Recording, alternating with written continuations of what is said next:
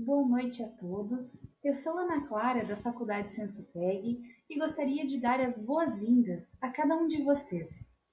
Hoje eu venho apresentar a temática da palestra, que será uma visão neurocientífica da aprendizagem. A palestra de hoje vem tratar da aprendizagem baseada em neurociência, para que possamos aprender como funciona a aprendizagem a nível celular. No curso de pós-graduação em neuropsicopedagogia, são aprofundados ainda mais os conhecimentos sobre neurociência e aprendizagem. Para tratar desse tema, contamos com a presença do professor Felipe Bononi e agradecemos desde já a disponibilidade do professor em conversar conosco hoje. Para quem não o conhece, o professor Felipe é mestre em neurologia e doutor em neurociências. É um professor extremamente dedicado e temos muita honra em tê-lo em nossa equipe de docentes. E para você, do município de Canguçu, nós temos novidades. Estamos com turmas abertas para o curso de Neuropsicopedagogia Institucional e Educação Especial Inclusiva, que vai acontecer aí, em Canguçu. Se você desejar mais informações sobre o curso, entre em contato através de nosso site, preenchendo o formulário de contato, e a nossa consultora Gabriane vai entrar em contato com você. E agora eu agradeço mais uma vez a presença de cada um e nós vamos iniciar a nossa palestra. É isso. Com vocês, Felipe Bononi.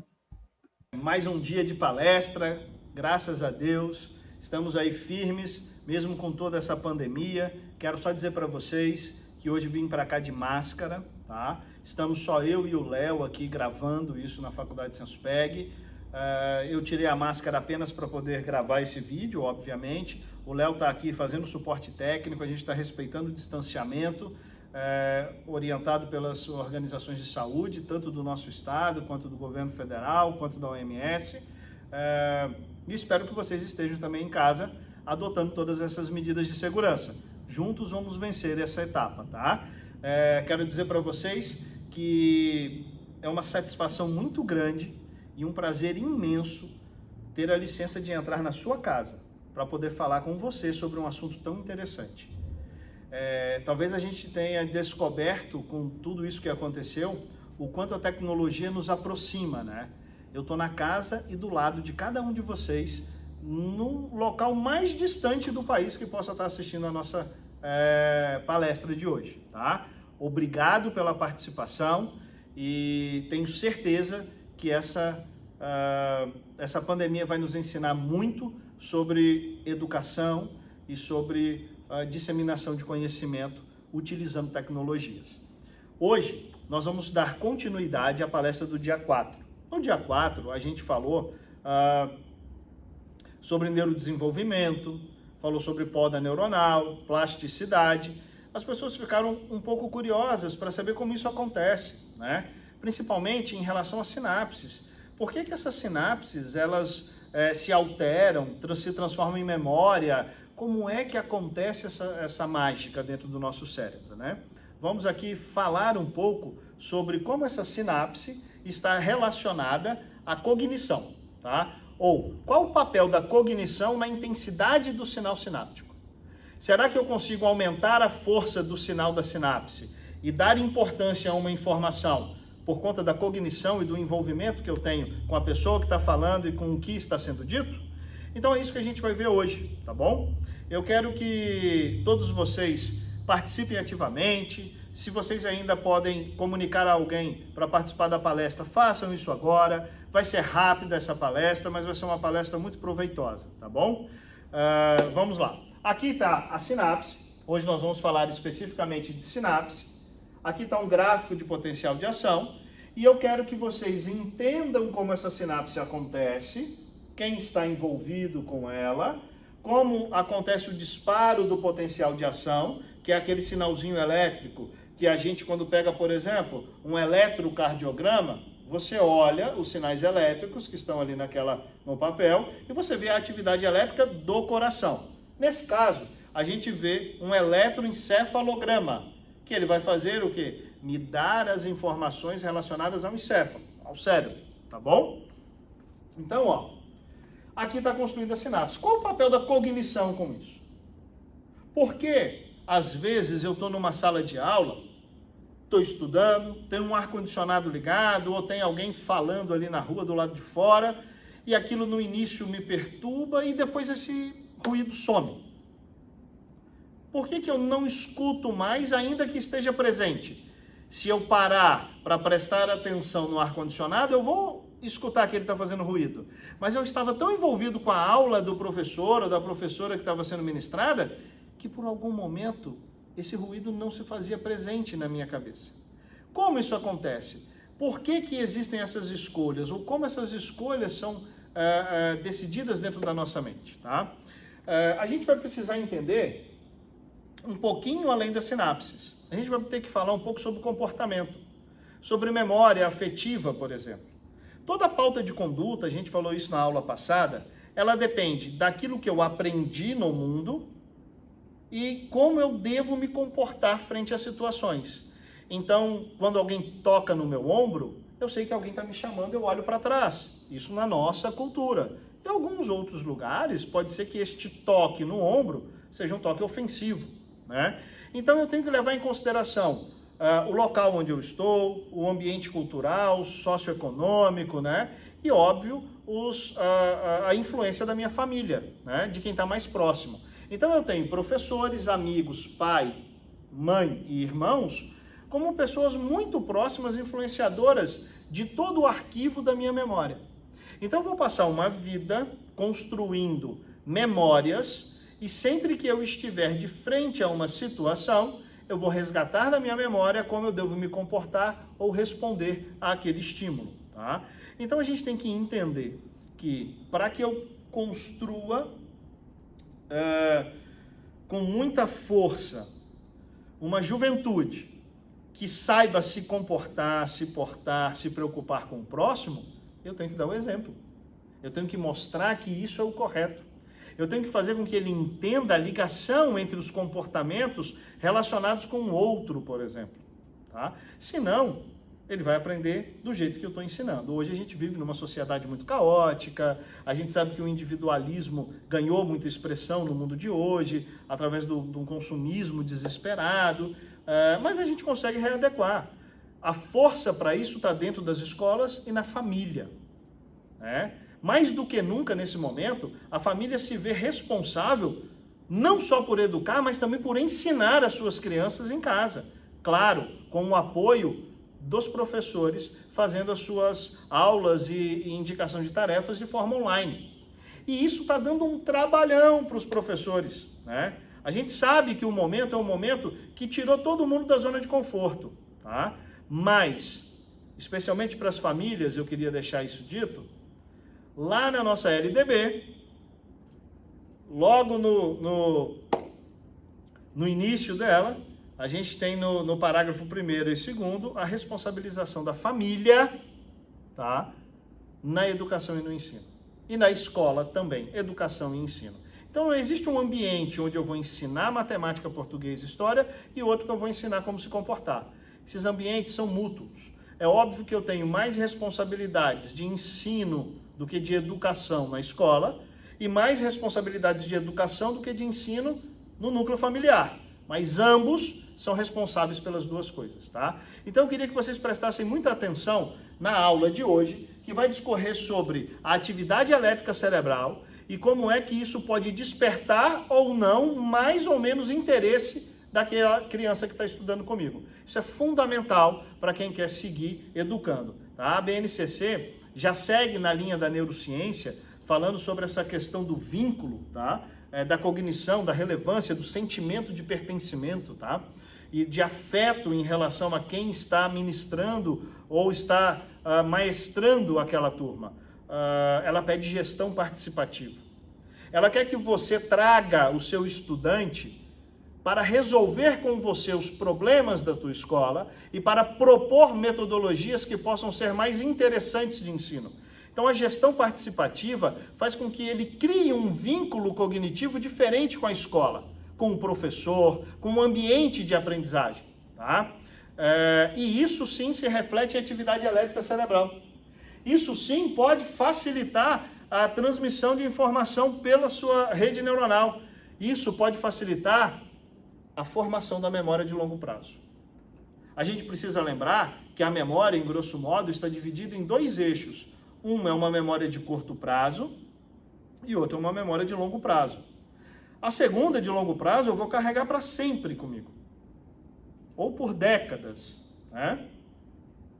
Se eu não utilizar o que foi memorizado, eu esqueço. Mas, via de regra, ela é uma memória duradoura. Eu posso acessá-la posteriormente, lembrar, relembrar, corrigir, intensificar, fazer várias manobras em cima dessa memória. A primeira, que é a memória curta, ela serve para que eu possa dar continuidade e contexto à minha vida. Eu não preciso decorar tudo o que acontece comigo no dia a dia, mas aquilo que é mais relevante e importante precisa sair daqui e vir para cá. Aqui existe, então, um processo chamado de consolidação da memória, ou transformação da memória de curto prazo em memória de longo prazo. Todo esse evento de consolidação é feito através de sinapses. Então, a informação que corre na memória de curto prazo para o dia a dia, para dar continuidade e contexto à minha vida, ela é feita pelas sinapses, informações correndo. E a transformação daquilo que é mais importante para a memória de longo prazo também é feita por sinapses. É óbvio que existem diferenças entre essas sinapses, tá? Uma ocorre que é a memória de curto prazo, a sinapse para a memória de curto prazo ocorre dentro do cérebro todo. Informações que talvez você nem tenha consciência ocorrem como uma sinapse simples. Mas para transformar esta memória de curto em memória de longo prazo, eu preciso de uma sinapse especial, chamada LTP, um potencial de longa duração, tá? E para que esse potencial de longa duração aconteça, eu preciso que a informação tenha intensidade de sinal. A intensidade de sinal, ela é aumentada dependendo do vínculo e da cognição que eu tenho com o que está sendo ensinado. Então, é muito importante tornar o ambiente escolar, sim, um ambiente de grande relevância para o aluno, de prazer para esse aluno, tá? Por isso a gente não orienta a ensinar por punição, por isso a gente acha que não deve vincular prova a castigos. Tudo isso leva o aluno, ou ao estudante, ou a nossa criança, a ter uma ojeriza em relação ao ambiente escolar e de aprendizagem. Eu não posso dizer para a minha criança que eu vou colocar ela de castigo num canto de pensamento. Que se ele não fizer o que eu estou pedindo, ele vai ter que ler um livro inteiro em uma semana. Isso não é um castigo, isso é para ser um prazer para a criança, tá? Então a gente tem que mudar a forma como se comunica com os nossos filhos e com os nossos alunos, porque senão a gente passa a mensagem errada, essas sinapses processam o que está acontecendo, e quando essa memória for formada e eu falar sobre educação, sobre ambiente escolar, ele vai puxar o que ele tem na memória dele, e aí ele vai dizer, eu fico de castigo, lá todo mundo manda em mim, lá, então eu tenho que tornar um ambiente favorável. Eu não estou dizendo aqui que a gente não pode corrigir as crianças, nem que não tem que ser resiliente, tá? Só estou dizendo que existem outras formas de educar. E é sobre isso que a gente vai conversar agora, tá? Como a cognição mexe com a transmissão sináptica e faz com que o processo de aprendizagem se facilite. Para que a gente possa entender isso, a gente tem que entender como uma sinapse funciona. Então eu vou explicar o funcionamento da sinapse, tá? E depois de explicar o funcionamento da sinapse, eu vou casá-lo com o gráfico de potencial de ação que tem aqui, e a gente vai ver como é que o papel da cognição melhora ou faz com que esse gráfico de potencial de ação aconteça, ou seja, como é que o envolvimento emocional participa para que eu tenha o potencial de ação disparado e a informação correndo pelo meu cérebro, tá? Bom, vamos começar então conhecendo o neurônio, né? Aqui nós temos uma sinapse desenhada, tá? Temos um neurônio pré-sináptico e um neurônio pós-sináptico. O neurônio é formado por estruturas que são chamadas de dendrito, aqui em A. Então, em A eu tenho dendrito, tá? Em B eu tenho corpo celular. E aqui em C, esse chicote gigantesco, nós temos o axônio, tá? Então, A, dendrito, B, corpo celular, e aqui é igual a qualquer célula que você estudou lá na 8ª série. núcleo, mitocôndria, complexo de Golgi, retículo endoplasmático, então é o corpo celular. Ela é uma célula especializada, então ela tem outras estruturas. Ela tem os dendritos, corpo celular e o axônio, ok? Os dendritos são a parte do neurônio responsáveis por receber o sinal. Então, todo sinal que está entrando é recebido pelo neurônio através dos dendritos e ele vai ser passado à frente para outro neurônio através do seu axônio. Então, aqui eu tenho um neurônio 1, neurônio pré-sináptico, que recebeu um sinal e quer passar esta informação para o neurônio 2, o neurônio pós-sináptico, tá? Observem que aqui, no ponto em que a sinapse ocorre, para poder fazer esta passagem de informação, eu tenho o axônio do neurônio 1 se comunicando com o dendrito do neurônio 2. Entendemos isso? O neurônio é uma célula especializada do sistema nervoso e ela é especializada em receber e transmitir estímulos. Ela recebe os estímulos através dos dendritos e passa esses estímulos através dos axônios. Tá? O local em que ocorre a passagem de informação de um neurônio para outro, esse ponto é chamado de sinapse. Isso ocorre na fenda sináptica. A rede neuronal no seu cérebro ela é construída com os neurônios dispostos em axônio de um neurônio com dendrito de outro neurônio, sem que eles se toquem. Existe um espaço muito pequenininho entre eles, tá? Muito mesmo pequenininho, você só consegue observar por microscopia eletrônica, e é neste espaço que ocorre a troca de informação de um neurônio para outro, ok? Este espaço é chamado de fenda sináptica. Então vamos aqui para a nossa aula. Temos uma sinapse montada, temos aqui uma aula sendo dada, por exemplo. Nessa aula, o professor está falando com uma fala muito monótona. Esse professor não está falando de maneira animada, ele não está procurando prender a atenção dos alunos, ele não trouxe nenhuma informação curiosa sobre o assunto que ele está discorrendo, ele não fez uma gamificação desse assunto, tá? Ele entrou na sala, ele está de costas para todos os alunos, ele está escrevendo com uma letra muito rascunhada no quadro e falando voltado para o quadro baixo, tá? E depois ele se pergunta, por que não deu certo, né? Eu escrevi tudo no quadro, ainda que ele se volte para frente, a fala é monótona, a fala não tem entonação, ele não chama atenção porque é importante, né? Ele não usa cores para poder diferenciar o conteúdo que ele está dando, ele não repete as informações, tudo isso não favorece a atenção. O aluno não vai ficar olhando para ele. O que acontece aqui? Na hora da sinapse acontecer, tá? A voz do professor entra, é percebida, como todas as outras coisas que estão acontecendo em volta. Todos os outros estímulos, dos coleguinhas, de WhatsApp, diversas outras ocasiões.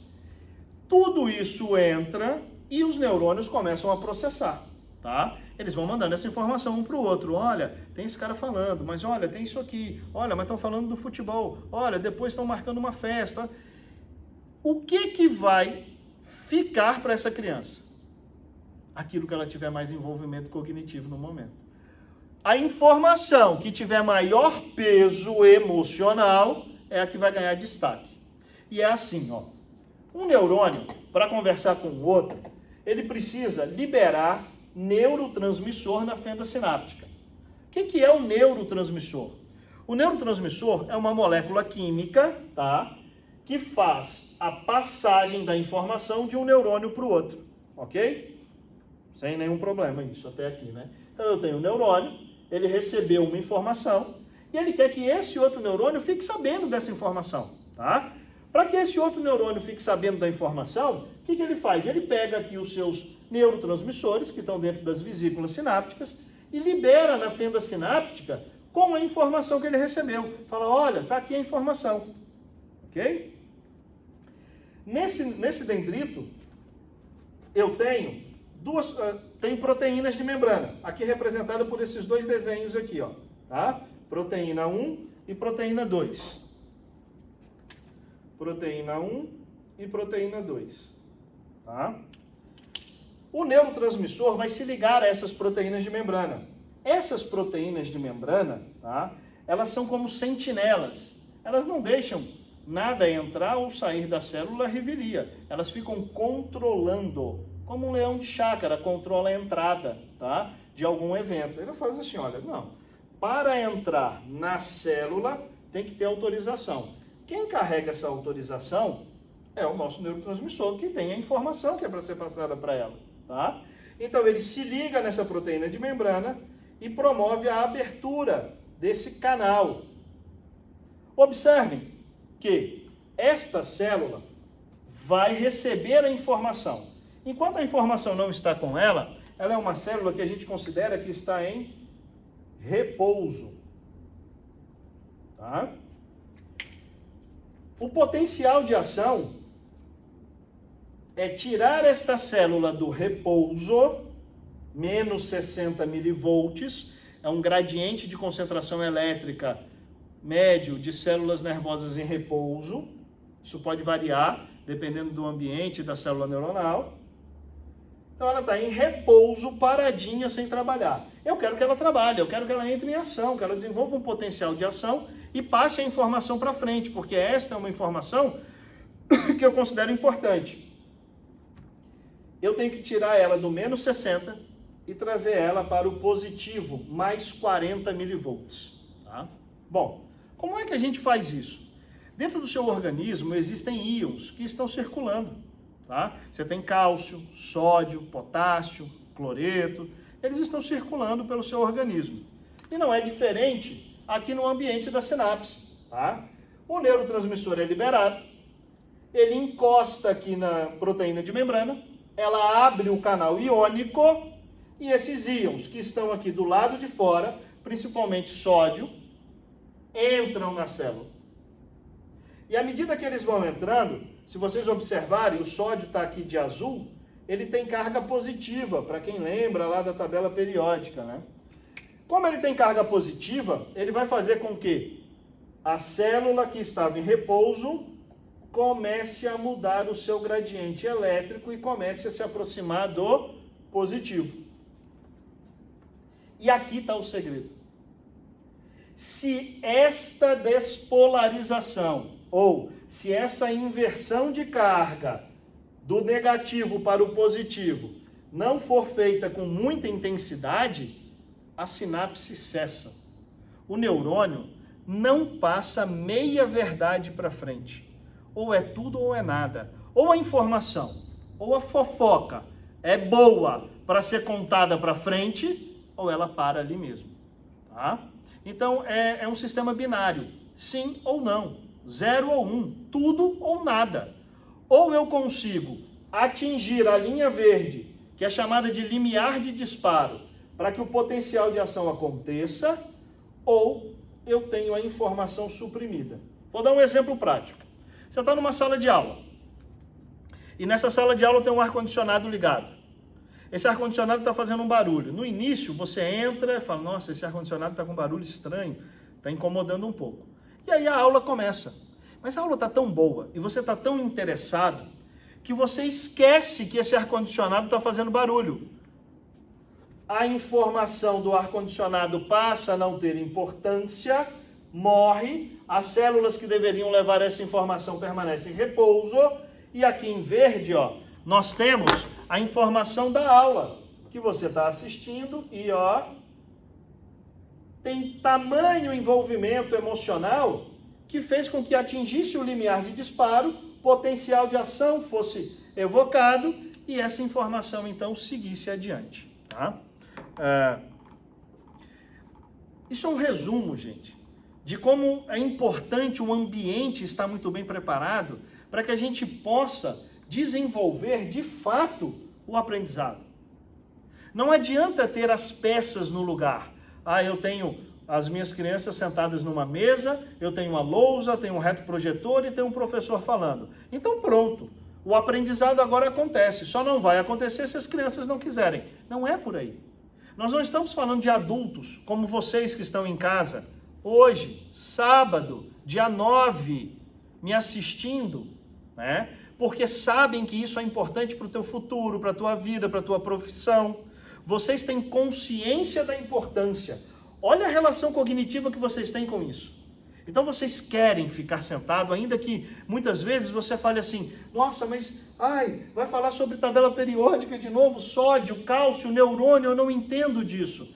Você fica, presta atenção, olha com mais profundidade, porque o que você quer? Conhecer. Por quê? Porque você sabe que isso é importante para a sua prática profissional. A criança não tem essa projeção futura. Ela ainda não entende a importância do conhecimento que você está passando para ela. Então essa relação cognitiva não é a mesma que você tem. Não espere deles um comportamento que os adultos teriam. A não ser que eles sejam adultos. E eles não são ainda. Então eu preciso sim me reinventar na hora de passar essa matéria. Porque se a minha liga cognitiva não for alta, a minha informação morre pelo caminho. Quanto maior for essa intensidade, quanto mais repetido for isso dentro do seu cérebro, ou seja, a criança então está adorando o formato que você preparou a aula. Vamos dar um exemplo. Eu quero ensinar matemática e formas geométricas e cálculo de área para crianças do 5º ano do ensino fundamental. Como é que eu faço isso? Bom, vamos fazer uma horta? Você faz uma horta. Você faz uma horta, nessa horta você pede o seguinte, eu quero que vocês façam os canteiros em forma de triângulo, retângulo, exato, inventa a forma que você quer. E aqui você já começa com formas geométricas. As crianças vão montar o canteiro, vão cortar as tábuas para poder cercá-lo, e aí vão montar um retângulo, um quadrado, um triângulo, um círculo, e por aí vai, tá? Feito isso, agora eu quero que vocês coloquem uma distância. Nós vamos plantar cenoura, tá? E eu preciso entender quantas cenouras cabem em cada um desses canteiros. Eu quero que cada cenoura tenha 5 centímetros de distância. Então essas crianças vão começar a calcular a área de triângulo, área de quadrado. Só que eles estão plantando, eles estão construindo, eles estão participando daquilo. Eles vão olhar sempre para aquela horta, se lembrando o tempo inteiro dos cálculos, das formas geométricas, de como eles aprenderam. Entende como isso leva a uma cognição muito maior, uma ligação direta com o que está sendo ensinado? Dessa forma, eu tenho mais chances, e se isso ainda for repetido várias vezes, de que esta informação ganhe muito status dentro do meu cérebro e passe de memória de curto prazo para memória de longo prazo. Existe, além desta sinapse simples, nós explicamos de forma muito resumida, tá? A LTP, que é um processo sináptico, um potencial de longa duração, especificamente para essas memórias que estamos citando aqui. Ela ocorre no hipocampo, tá? E ela pode durar meses fabricando a circuitaria sináptica que vai lembrar exatamente dessa informação. É assim que você lembra, por exemplo, do que aconteceu no seu aniversário do ano passado. Aniversário é uma data com alto envolvimento emocional, cognitivo, com pessoas que você ama, em que você recebe presentes, você é felicitada, todo mundo te abraça, te beija, às vezes faz festa surpresa. Isso tem um envolvimento emocional tão grande que instantaneamente você grava. Então, quanto maior esse envolvimento, mais fácil gravar, mais fácil evocar isso para usar posteriormente. Então, esse exemplo do ensino de matemática foi um dentre milhões, tá? Que a gente pode lançar mão sem grandes recursos tecnológicos para fazer valer um aprendizado inovador. E eu peço para que isso seja observado principalmente do ensino infantil até os anos iniciais do ensino fundamental, ali no 5º ano, com 10 anos de idade. Esse é um momento em que o cérebro está altamente plástico. E o que é essa plasticidade? Quanto mais a intensidade de sinal é feita por uma sinapse, ela fabrica outras proteínas de membrana. Aí ela é capaz de captar mais neurotransmissor. Aí entra cada vez mais sódio, cada vez mais cálcio. E isso faz com que esse potencial de ação ganhe força. E isso transforma uma memória de curto prazo em memória de longo prazo. No nosso curso, vocês vão aprender o passo a passo bioquímico disso. E vão poder transpor tudo o que acontece dentro do cérebro para o seu dia a dia na sala de aula. Vocês vão aprender muitas intervenções para a sala de aula e individual para otimizar esse processo. Vocês vão conhecer como isso acontece no neurodesenvolvimento típico e no neurodesenvolvimento atípico, tá? Porque o processo sináptico não muda. O que vai mudar é a percepção que a pessoa tem dos estímulos externos. Mas esse processo ele continua tocando. Pode ser que tenha um pouco mais de dificuldade, um pouco menos de dificuldade, mas sabendo tudo isso, você consegue adaptar a sua didática, você consegue propor atividades, você consegue fazer isso no PPP da sua escola, faz um alinhamento, né, do plano político-pedagógico da sua escola, já contemplando todas essas ações. É capaz de ensinar por projetos, tá? É o período até os anos iniciais do ensino fundamental, ali com 10 anos, em que a gente tem grande poder de plasticidade e aprendizagem no nosso cérebro. É como se eu pudesse ensinar tudo e tudo fosse aprendido, desde que eu tenha vínculo, emoção. Por isso a gente usa as brincadeiras durante essas fases. É importante a criança ler livros e tudo, lógico, para o adulto, para a criança, para todo mundo. Mas é fundamental ter que aprender a matemática apenas pelo livro de matemática? Não! O livro é um complementar. Essa criança, quando se sentir curiosa para entender tudo sobre o mundo geométrico ou das fórmulas, ela vai buscar o livro para poder pesquisar. Mas primeiro, eu preciso fazer isso ficar doce na boca dela, tá? Eu preciso fazer com que todo esse processo se desenrole. Quando uma criança olha para algo que ela gosta, isso aqui estala na mesma hora, ela recebe diversas informações, mas a única informação que ela vai dar importância é que tem um envolvimento cognitivo com ela. Isso depende do assunto, de quem está falando e de onde está falando. Tá? É mais difícil para quem dá aula para criança. Para quem dá aula para adulto, como eu, já disse aqui, eu tenho a colaboração da maturação do seu sistema nervoso, do seu plano de vida, do seu objetivo futuro, né? Vocês têm isso muito claro na mente e sabem que o curso da Faculdade Sensupeg vai entregar para vocês, no mínimo, o que vocês estão procurando, porque geralmente a gente entrega mais, tá? Vai ser muito bacana poder encontrar cada um de vocês presencialmente quando tudo isso acabar, para a gente poder conversar sobre todos esses processos de maneira mais aprofundada, para que eu possa esmiuçar cada vez mais o processo sináptico, para que vocês possam entender quais são e qual a função de cada neurotransmissor, como é que se relaciona com as proteínas de membrana, né? Como é que essa transmissão sináptica desenvolve aqui o nosso potencial de ação, né? E o que eu posso então fazer, já que eu sei agora como isso funciona, na minha sala de aula, na prática, para que este processo seja facilitado na cabeça do aluno. Uma das coisas fundamentais na aprendizagem é repetição. Estudar antes de dormir, ou seja, revisar o conteúdo do dia na tarefa de casa antes de eu dormir e passar o outro dia. Porque este processo sináptico, que vem para formar a memória de longo prazo, ele é intensificado durante o sono profundo. A gente falou isso na outra palestra. Então tudo está ligado, gente. Vamos fazer da profissão de professor, né? Talvez a profissão mais linda que exista. Eu sou apaixonado por isso. Acho que dá para sentir na emoção, na carga que eu tenho na voz quando eu falo, no gestual. Eu jamais conseguiria dar aula parado. Mas é assim, ó. Vamos fazer da nossa profissão de novo aquela profissão de valor, em que todo mundo olhe e brilhe os olhos quando olha e fala assim, eu sou um professor. Tá? Quando o seu aluno na sala de aula levantar a mão e for o mais inteligente, você perguntar, o que é que você vai ser quando crescer? Ele disser professor, eu não quero que você diga, não, mas pode ser médico, mas pode... Não, tu tem que dizer, seja professor. É dessas pessoas que estamos precisando, pessoas como vocês, que vieram aqui porque estão incomodadas com a forma como a educação ocorre hoje no Brasil. Pessoas como vocês que querem algo mais e que sabem que a Faculdade Sensupeg pode entregar.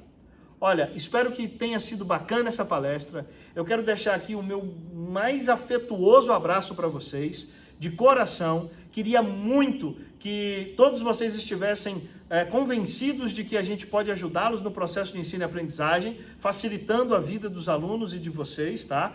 Trazendo harmonia para o ambiente escolar e, obviamente, fazendo com que esse casamento transponha o muro da escola e toda essa prática gostosa caia também dentro da família, tá? Você pai, você mãe que está nos assistindo.